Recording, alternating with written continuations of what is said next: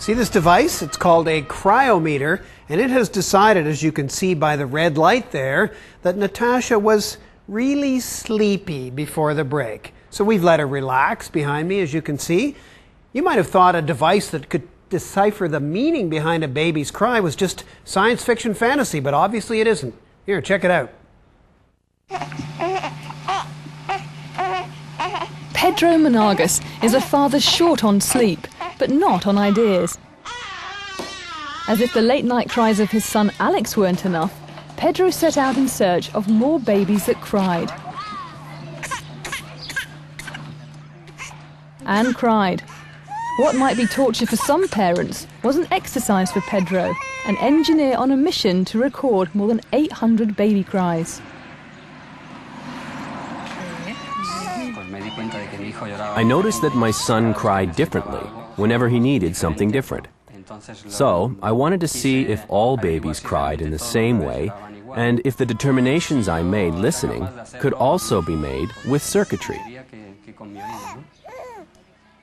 Pedro set up shop in his garage to build the circuitry to filter out and amplify the baby cries he recorded. To search for patterns, Pedro then reproduced a sound wave with each cry. This he could break down and analyze for telltale signs like intensity, energy and repetition. Months of late-night analysis soon demonstrated that babies' cries are universal. The races and sexes didn't matter. The only determining factor was how much a baby weighed.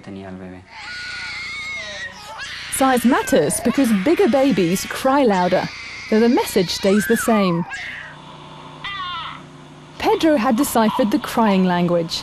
The next challenge would be doing the same for parents in real time.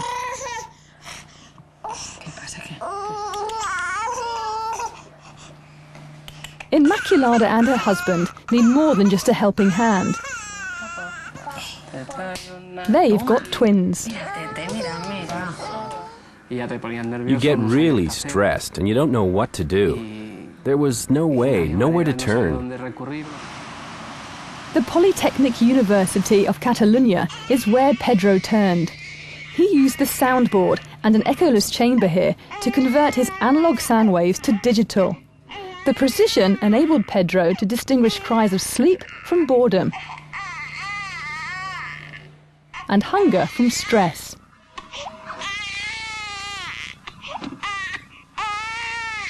Five universal cries in all. This is the cry of discomfort. It's the only cry where there's a marked imbalance of respiration, the lack of any signal between the moaning. Pedro says each cry corresponds to an infant's basic needs. He's used science to prove something experienced parents have suspected all along. To put that science within reach of parents, Pedro reduced his original circuitry to a handheld apparatus. A microphone inside is tuned to vocal frequencies ranging from 100 to 6,000 hertz. A chip no bigger than his fingernail converts baby cries to digital signals which are compared to the universal patterns stored in memory. It takes a bit of a cry each 10 milliseconds and compares the bits with the universal pattern during 20 seconds of analysis to validate the conclusion and offer the most accurate diagnosis possible. They get stressed and you do too. It's a vicious circle that never ends. So what this does is focus you on the heart of the question, and normally you're right. It has cleared up a lot of our doubts.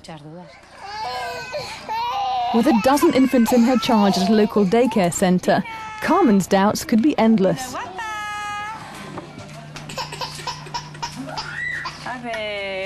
What's the matter? What's the problem with Francine? Why are you crying? Why Cry is the name of Pedro's invention. Complete with a body language table, this handheld bit of technology is like the instruction book that never comes with newborns. Let's see. Says you're hungry. We have to give you your bottle or check if you're thirsty, okay? Why Cry eliminated sleep, boredom, stress and general discomfort. Little Francine couldn't be happier. Our response to crying babies is much quicker, more positive. The babies also come out winners. Recent studies find that children with parents who respond to their needs develop 25% more emotional intelligence. They also have higher IQs. We can tend to a baby better when we understand what it's asking for. That's good for the physical and psychological well-being of a baby.